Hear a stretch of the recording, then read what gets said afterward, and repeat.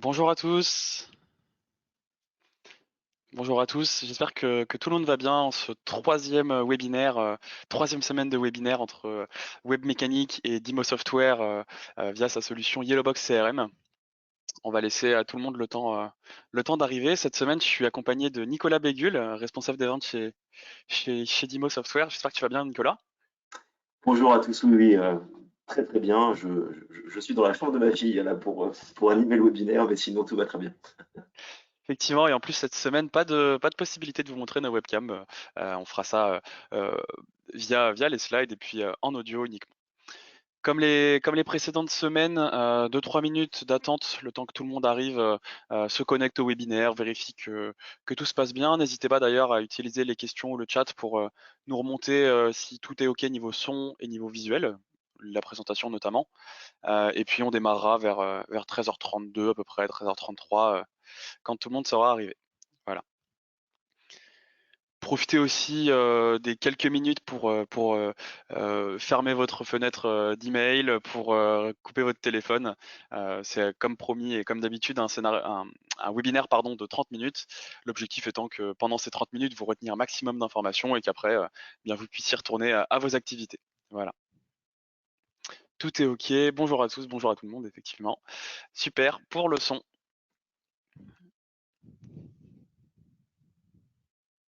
bien parfait. Je vois que nous avons de nouveaux participants par rapport au précédent webinaire. On a les habitués, c'est chouette. Donc pour rappel, ce webinaire fait partie du troisième webinaire d'une série, du coup de trois. On est donc le dernier webinaire aujourd'hui. Le premier était axé sur la découverte du marketing automation, donc un webinaire plutôt axé débutant en effet, mais qui va remontrer un petit peu les différents concepts du marketing automation avec notamment les différentes fonctionnalités d'un tel logiciel. Le précédent webinaire donc de la semaine dernière était axé lui sur le lien avec un CRM et plus spécifiquement sur la partie prospection, donc comment transformer sa base de prospects en clients via un logiciel de marketing automation. Et aujourd'hui, on va continuer sur cette thématique CRM, le lien entre un logiciel CRM et un logiciel de marketing automation, mais cette fois-ci beaucoup plus centralisé sur les thématiques de fidélisation client et sur l'après-vente. Voilà, comment on va conserver notre base de clients actuels, la fidéliser, la satisfaire. Voilà, je vois que tout le monde commence à arriver. On va se laisser encore quelques petites secondes et puis on va démarrer ce webinaire.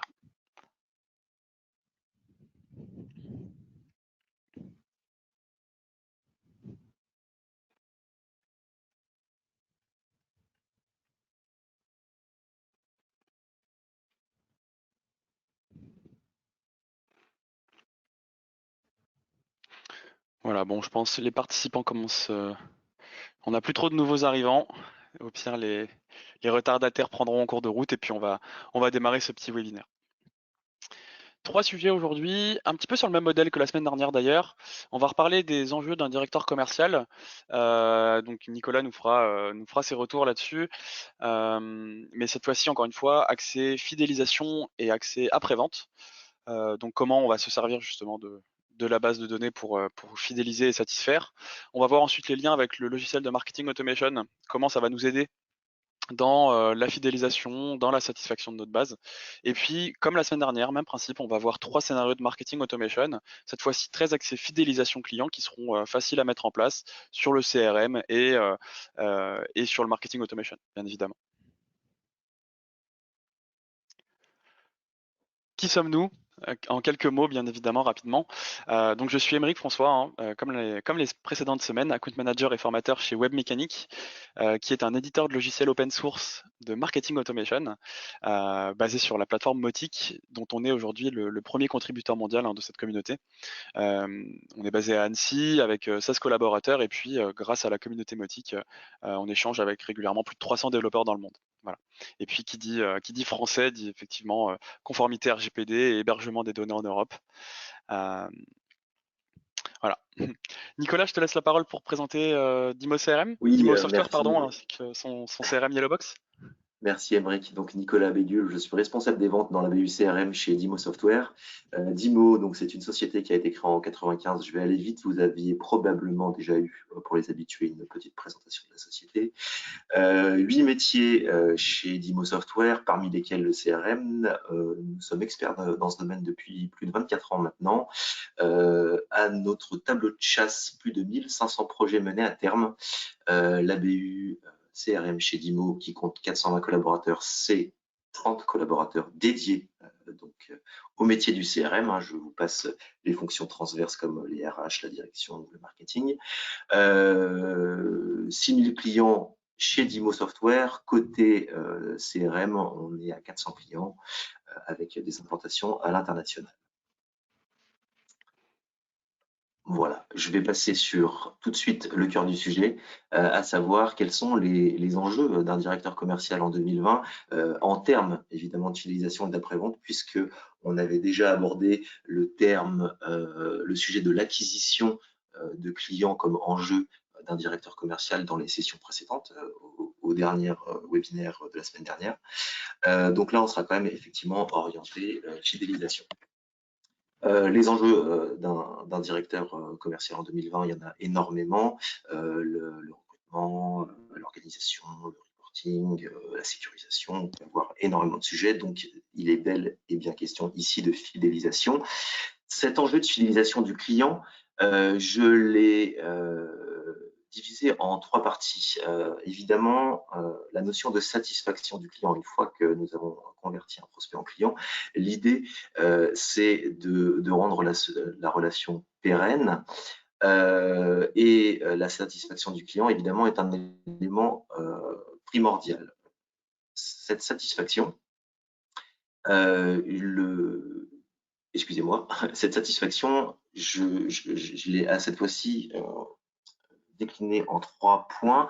Le fournisseur doit vraiment se positionner aujourd'hui en termes de partenariat du client. Je ne vous apprends rien. L'idée, c'est qu'aujourd'hui, on ne vend plus des services ou des produits, on essaye de vendre des solutions à nos clients. Ça veut dire qu'en fait, on s'intègre dans la stratégie de nos clients, on doit se renseigner sur les stratégies de nos clients et on doit devenir un élément primordial dans l'atteinte de leurs objectifs.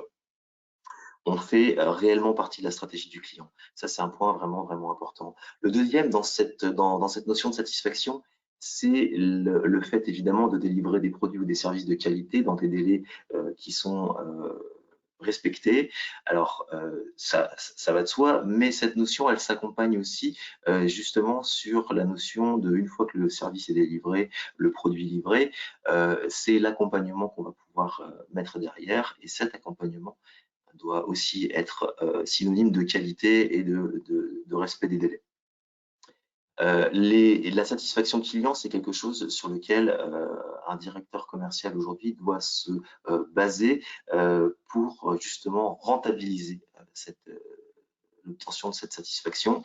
Alors là, on peut se repositionner un petit peu en avant-vente aussi, mais on va en parler dans le troisième point réseau, la e-réputation notamment, donc le fait d'avoir des commentaires sur Google ou sur d'autres plateformes numériques est extrêmement important et permet donc de rentabiliser cette satisfaction.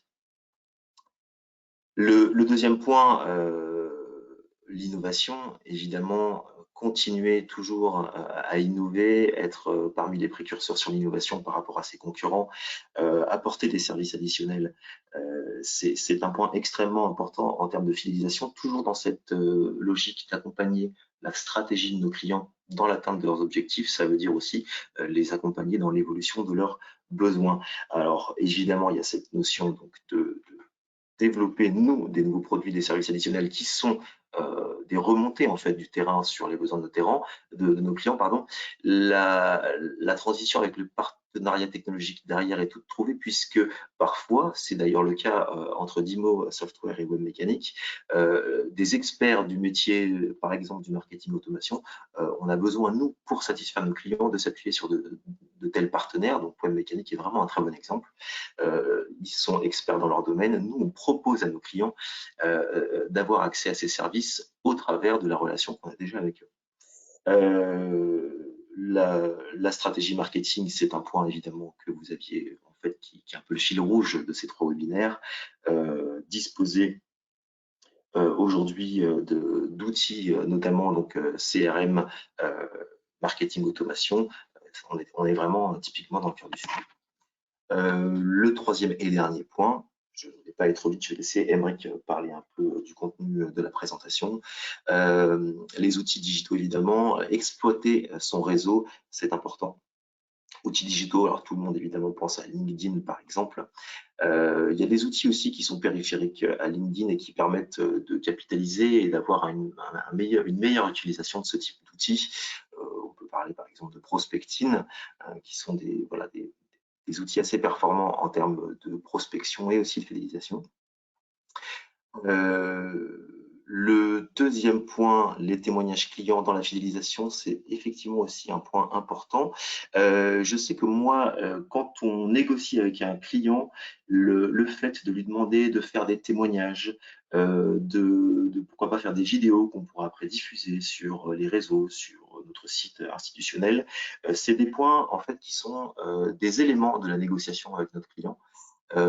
Ces témoignages nous permettent évidemment de continuer la prospection, renforcent un petit peu aussi le partenariat finalement qu'on a avec nos clients. La dernière chose, et qui est d'actualité, puisque je pense qu'on a tous très très envie de reprendre une vie avec des interactions physiques avec nos clients notamment, continuer à animer des réunions, des petits déjeuners, des clubs utilisateurs, des salons, des forums, effectivement, renforce encore le partenariat qu'on a avec nos clients et nous permet du coup d'augmenter cette fidélisation. Voilà, j'ai essayé d'être rapide. Je vais laisser la parole à Aymeric sur le deuxième point. Merci. Merci beaucoup Nicolas. En effet, donc beaucoup d'enjeux que l'on va voir et que l'on va pouvoir mettre en place justement grâce au marketing automation. Donc je vais reprendre chacun des points de Nicolas, hein, tout ce qui était la satisfaction, le réseau et puis les enjeux technologiques.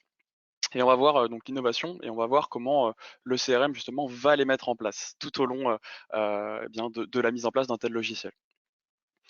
Pour la satisfaction, tout d'abord, et de la même manière que la semaine dernière sur la partie indicateur, eh bien, vu qu'on va synchroniser une base de données, on va synchroniser la base de données CRM, eh bien, à tous les moments de la relation, à tous les moments de la vie d'un client, eh bien, la base de données va permettre d'identifier les comportements à risque ou alors les comportements de contact très satisfaits. On va le voir notamment avec l'un des scénarios que je vais vous proposer, et donc de pouvoir réagir toujours en temps réel.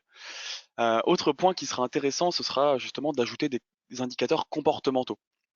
Un indicateur comportemental, qu'est-ce que c'est? Eh bien, c'est un client qui arrête d'ouvrir des emails, ou c'est un client qui visite une page support. Attention, peut-être qu'il a besoin d'aide. Ou encore, c'est un concurrent qu'on a réussi à identifier parce qu'un jour, il a rempli un de vos formulaires en mettant eh bien, son nom. Eh bien, c'est un de vos concurrents qui continue de revenir sur votre site un peu trop fréquemment, par exemple. Donc ça va être des visites, ça va être des ouvertures de mails, ça va être des soumissions de formulaires par exemple. Et là encore, ce sera de nouveaux KPI à suivre, donc KPI, hein, indicateurs de performance. Ce seront de nouveaux indicateurs à suivre pour vous ou pour votre équipe commerciale, pour vous assurer bien de conserver une base heureuse et pas une base qui n'a qu'une envie, c'est de partir à la fin de son renouvellement, par exemple.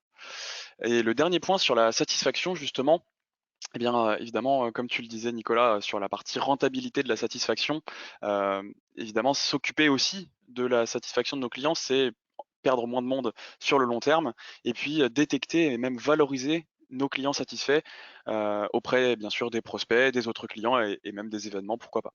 Donc c'est aussi engager le client, sur les contenus qu'il vous aide à créer, tout simplement. Le deuxième point, c'était l'innovation. Alors là, je ne vais pas vous le cacher, avec le marketing automation, l'innovation, elle est déjà au cœur de l'installation du logiciel.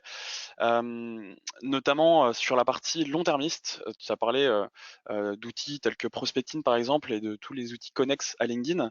J'en avais parlé un tout petit peu la semaine dernière d'ailleurs, c'est tout ce qui va se relier un petit peu à du gros hacking notamment, dont on parle beaucoup comme d'un buzzword, hein, vous savez, qui est souvent très rentable en très peu de temps, mais du coup, ça dure très peu de temps aussi. Et assez souvent, quand la technique qu'on utilisait au mois de janvier, eh bien, au mois de février, elle marche plus, eh ben, faut se renouveler, il faut arriver à progresser. C'est vraiment une sacrée aventure.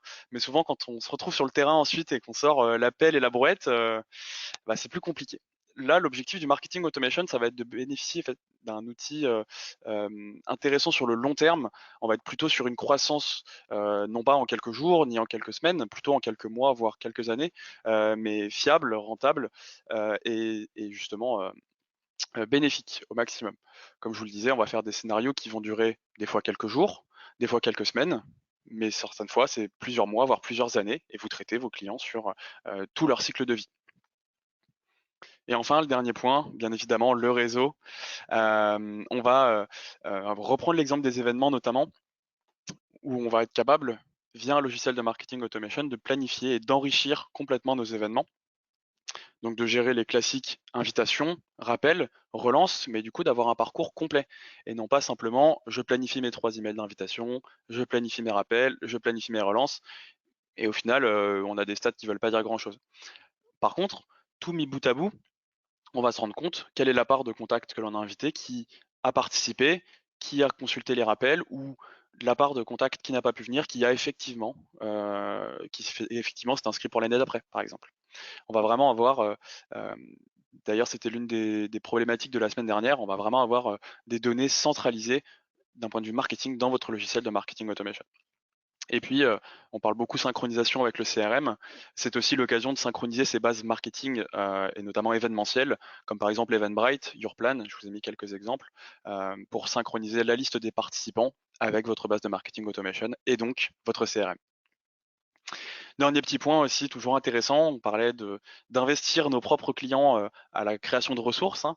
Eh bien, l'objectif, c'est de, pourquoi pas, construire des cas clients avec votre base de clients ambassadeurs et fidèles et de les intégrer à vos scénarios de nurturing pour vous aider à la prospection ensuite. Voilà, donc c'est vraiment un cercle vertueux que l'on va pouvoir mettre en place avec l'automation. Synchronisation, justement, parlons-en un tout petit peu, légère redite par rapport à la semaine dernière.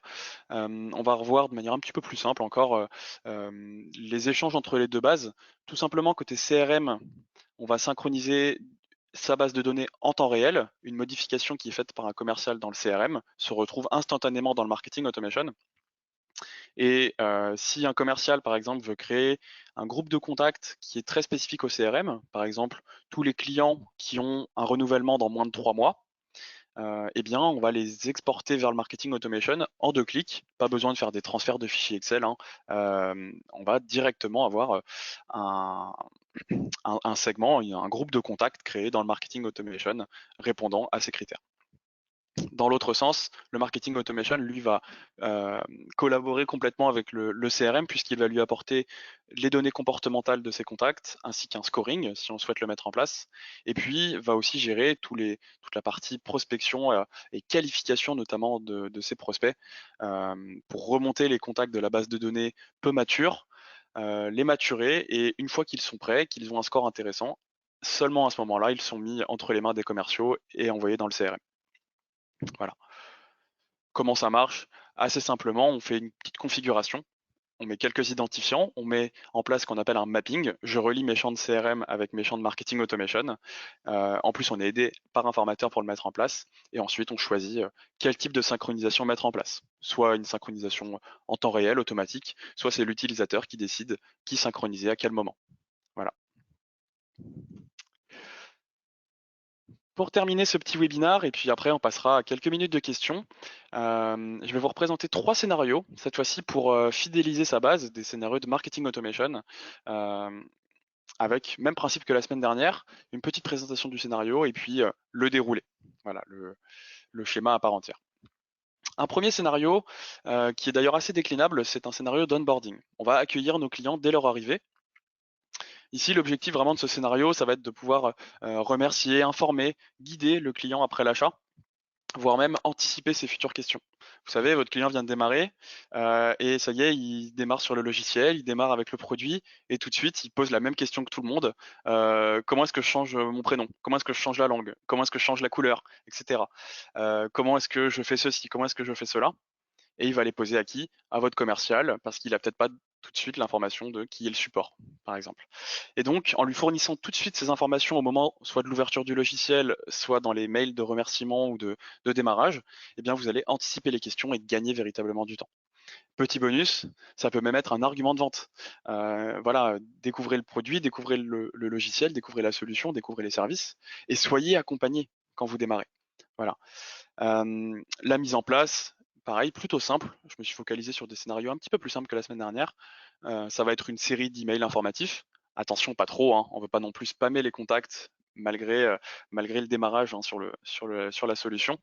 Mais on va en plus leur proposer bien de s'inscrire à ces emails de guide et de ne pas l'envoyer à ceux qui ne s'intéressent pas à ces emails. Et puis un champ client, bien évidemment, pour ne cibler que les clients. Le scénario, le voici, très simple. Dès qu'on est nouveau client, on reçoit un petit email de bienvenue. Souhaitez-vous être guidé et recevoir les informations de base? Et ensuite, on recevrait dans la branche de gauche une information, voilà, bien démarrer. Je reçois une série de petits emails. Comment bien démarrer avec la solution? Quelques astuces de pro, après quelques jours par exemple. Et puis au bout d'une semaine ou deux, un petit email de vérification pour s'assurer que tout se passe comme prévu. À l'inverse, un contact qui ne souhaitait pas être guidé, eh bien, va attendre quelques mois avant de recevoir juste un email de suivi, hein, de relance. Est-ce que tout se passe bien? Est-ce que vous avez un souci ou pas? De manière à s'assurer que 100% de nos contacts et 100% de nos clients, plus particulièrement, sont satisfaits. Et puis, un petit peu à la manière des opt-in de la semaine dernière, toujours un centre de préférence en parallèle, un contact peut-être qui souhaitait être guidé au début pour bien démarrer, qui souhaite se désinscrire, et bien qui va pouvoir conserver la newsletter, conserver les promotions, mais ne plus participer à ce scénario tutoriel au démarrage de la solution. Je vous en parlais, il y a des variantes, il y a beaucoup de possibilités en fonction tout simplement du segment d'entrée, donc des clients qui seront ciblés par cette campagne. Ici, je parle de l'onboarding. On peut faire exactement le même modèle avec un modèle de renouvellement. Plutôt que d'avoir tous les nouveaux clients, on va prendre le segment dont j'ai parlé juste avant, un segment avec tous les clients qui ont un renouvellement dans moins de 3 mois. On va leur envoyer peut-être un premier email. Est-ce que tout s'est bien passé? Prenez rendez-vous avec votre commercial et puis un mois avant le renouvellement, proposez un rendez-vous directement pour renouveler. Voilà. Les résultats de ce scénario onboarding, moins de questions répétitives, hein, on en parlait, un vrai sentiment d'accompagnement au choix d'ailleurs pour le contact, soit il choisit de suivre ce tutoriel, soit on ne lui propose pas et on fait juste un petit email de réassurance pour s'assurer que tout va bien. Et puis ce scénario est bien sûr ajustable dans le temps. Je vais revenir un tout petit peu en arrière. Si je veux montrer et bien, c'est 3 emails, par exemple, en 2020, qu'en 2021, un de ces emails qui devient obsolète ou que l'on va devoir remplacer, eh bien, on modifie seulement cet email et le scénario peut continuer à évoluer dans le temps. Voilà. Second scénario, pour de la vente additionnelle, cette fois-ci, on va véritablement conseiller nos clients dans leurs achats. C'est un petit modèle, j'ai envie de dire, à la Amazon, puisque on va identifier des scénarios ou des procédés qui fonctionnent bien pour les reproduire ou pour les conseiller à nos clients directement. La mise en place, hyper simple, un ou plusieurs emails, pareil, c'est assez déclinable. Et la cible, dans mon exemple, ce sera tous les clients qui ont acheté un produit A et qui reproduisent un comportement précis. Illustrons ça tout de suite. Tous les clients du produit A, dès lors qu'ils visitent la page du produit B et qu'ils sont de type PME, c'est là où je vous disais qu'on va reproduire un comportement précis. Ça peut très bien être visite 3 fois la page du produit B. Ça peut très bien être clique dans un email qui contient le mot produit B, par exemple. Et une fois que ce comportement sera reproduit, eh bien, on va effectuer 2 actions. Cette fois-ci, envoyer un email au contact, par exemple. Découvrez comment le produit B peut vous aider avec votre produit A. Et en parallèle, un petit email, une petite notification pour le commercial. Ah bah tiens, le client que tu suis, il a visité une page du produit B. Est-ce que tu pourrais pas lui en parler à ton prochain rendez-vous? Voilà. On va se servir véritablement de ce scénario comme un facilitateur de vente, complètement. Et là, toutes les notions de cross-selling et d'upselling prennent tout leur sens avec ce scénario. Les résultats, voilà, de la vente facilitée. Je spoil mes propres slides. Un peu moins de relance à froid aussi. Vous savez, le téléphone qui est décroché un petit peu trop souvent et on appelle toute la base client et on leur dit, bah voilà, on a un nouveau produit, est-ce que ça pourrait vous intéresser? Et 3 fois sur 4, effectivement, bah, c'est pas le bon moment. Ça reste, de temps en temps, on a un petit coup de chance et ça tombe bien, le client en avait besoin aussi. Et bien là, ce sera seulement en réaction au comportement de notre client et pas l'inverse. Et puis, évidemment, la campagne est complètement duplicable. Je vous ai fait l'exemple avec un produit A et un produit B, mais rien ne nous empêche de faire la même chose avec un produit C, D, E, F, etc. Et puis des variantes selon des visites, des événements, des formulaires, des dates de contrat, etc. Dernier petit scénario, cette fois-ci pour identifier des comportements à risque qui directement peuvent générer des opportunités. On identifie des clients mécontents ou à risque qui pourraient ne pas renouveler par exemple, qui ne se servent pas assez de votre produit, pas assez de votre solution, qui ont souvent des erreurs, souvent des problèmes. On va les identifier et être capable de rectifier le tir. Qu'est-ce qu'un comportement à risque? De l'inactivité, je vous le disais, un indicateur CRM, par exemple un budget beaucoup plus faible qu'espéré, une visite de page support, donc un besoin d'aide. L'objectif, ça va être véritablement de reprendre contact avec ses clients, de faciliter la reprise de contact et le suivi notamment. En termes de mise en place, le tracking qui est mis en place nativement avec un logiciel de marketing automation, on va suivre les visites des pages de nos contacts, ainsi que la synchronisation CRM et puis ensuite un email ou un pop-up et un rapport même pour exporter la liste de ces contacts à risque. Comment le mettre en place? Ici, je vous ai directement fait les variantes, autant avoir tout d'un coup. Un client, par exemple, lorsqu'il visite la page support, eh bien, on va peut-être lui proposer une popine personnalisée. Attention, hein, toujours aux popines, on évite au maximum le popine en page d'accueil, inscrivez-vous à la newsletter. Ici, l'objectif, c'est de n'afficher un petit pop-up en bas de page, discret mais visible quand même, personnalisé au maximum. Bonjour monsieur client ou madame cliente, est-ce que vous avez besoin d'aide? Soyez rappelé par votre account manager lors de votre prochain point qui était prévu le 7 mai 2020, par exemple. Autre variante, tous les clients avec un certain type dans votre CRM, donc tous ceux qui seraient par exemple marqués à suivre, eh bien, tout de suite recevront une notification de suivi commercial, soit directement pour soit le client le reçoit directement, soit c'est le commercial qui reçoit un email de to-do list toutes les semaines, par exemple, ou tous les mois, pour s'assurer que le client démarre correctement. Par exemple, ça peut être en phase de démarrage, ou alors à l'approche d'un renouvellement, ou alors au démarrage d'un nouveau projet, etc. Et enfin, un logiciel de marketing automation, comme je vous le disais, va suivre l'activité de vos contacts, ouvre-t-il vos emails, télécharge-t-il vos ressources, et si jamais cette date n'évolue pas de chance, notre client qui est démarré en novembre, il est inactif depuis le 15 novembre. C'est assez risqué qu'on se le dise.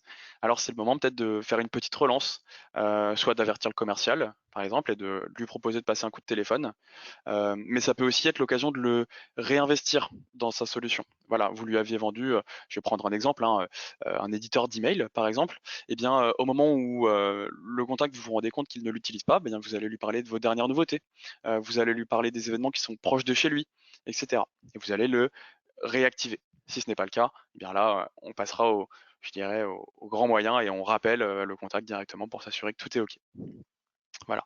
Le résultat, il est logique, hein. On identifie les contacts à risque, donc c'est moins de pertes de clients, logiquement, et c'est un suivi véritablement en temps réel et non pas dans des temps faibles où le contact peut-être serait absent ou occupé à d'autres choses, ou peut-être inintéressé, mais seulement au moment où le contact, on détecte directement le comportement à risque et on est capable tout de suite de réagir.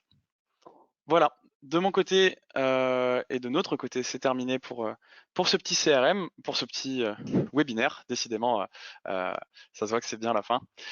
Comme on vous le disait, n'hésitez pas à poser vos questions dès maintenant. On va se faire un plaisir d'y répondre avec Nicolas. Le replay vous sera envoyé directement par email, ainsi que de la même manière que les précédents webinaires d'ailleurs. Je suis à votre écoute donc dans les questions.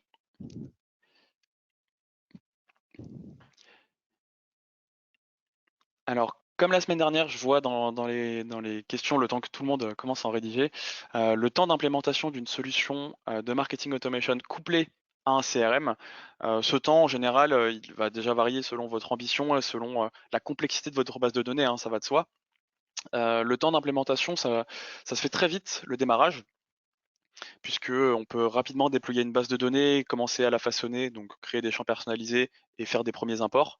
La synchronisation ensuite et l'usage que l'on va faire d'un logiciel de marketing automation va plus lui s'étaler sur 1 mois, voire 3 mois, pour tout ce qui est mise en place de la stratégie, et de cette stratégie va découler une stratégie de synchronisation.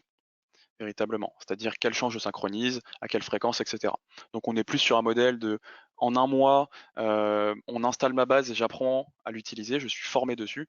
En 3 mois, j'ai commencé à mettre en place mes premières campagnes, et en 6 mois, eh bien, maintenant que ça fait 3 mois que mes campagnes tournent, j'ai des premiers résultats. Voilà. Critères volumétrie à prendre en compte dans la définition d'un scénario minimum de clients critiques pour une campagne. Alors c'est une excellente question. Le réflexe souvent c'est de vouloir prendre 100% de notre base dans nos scénarios. Ce qui est difficile à faire puisqu'on va souhaiter personnaliser nos communications. Je reprends l'exemple de mon scénario voilà, de vente additionnelle par exemple. Évidemment on souhaite toujours revendre à tous nos clients. Le problème de vouloir prendre 100% de la base, c'est qu'au final ça ne concernera qu'une très faible partie. Donc, même avoir des majorités de contacts, ça me semble déjà utopique.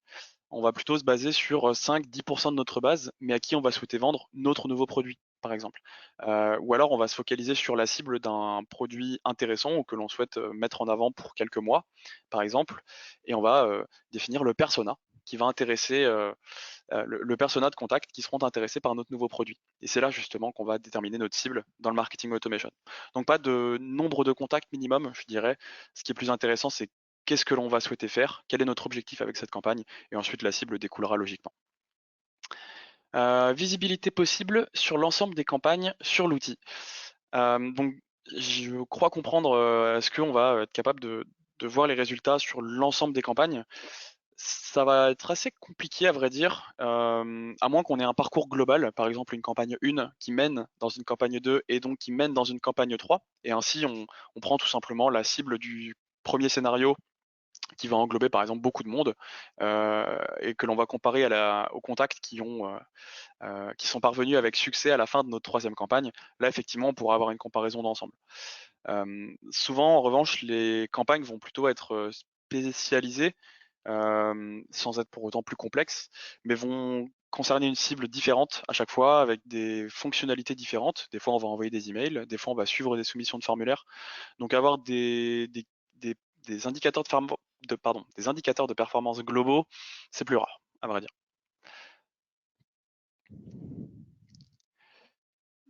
Alors, tout est clair, super, bien merci pour vos retours. Je ne sais pas s'il y a d'autres questions encore. Si vous vous en rappelez plus tard, puisque bah, c'est toujours le cas, hein, on vient de fermer le webinaire et tout de suite, mince, j'ai oublié de lui demander pour cette donnée importante. Vous avez nos coordonnées qui s'affichent à l'écran. Même principe, vous pourrez bien sûr demander les replays et vous les obtiendrez par email. Je vois qu'il y a une dernière question qui vient d'être posée, toujours sur le volet résultat, quel rendu, des graphes ou un listing? Alors là-dessus, ça va dépendre pas mal des logiciels. Pour Webmechanic Automation, les deux sont disponibles de manière soit synthétique, et là on va plutôt parler de graphique. En effet, on souhaite juste avoir une information visuelle, quel est le jour où la courbe est la plus importante, par exemple. Si on veut des données plutôt exhaustives, plus brutes et plus faciles à retravailler, on va beaucoup plus travailler en tableau. Un listing de contacts, un listing de statistiques aussi. Quel est le pourcentage d'ouverture ou le nombre d'ouvertures de tel email, tel autre email, tel dernier email, par exemple, et donc on va travailler beaucoup plus en tableau à exporter et à retravailler dans un tableur. Voilà, donc ça va dépendre de vos campagnes, bien évidemment, mais les deux solutions et les deux alternatives sont possibles.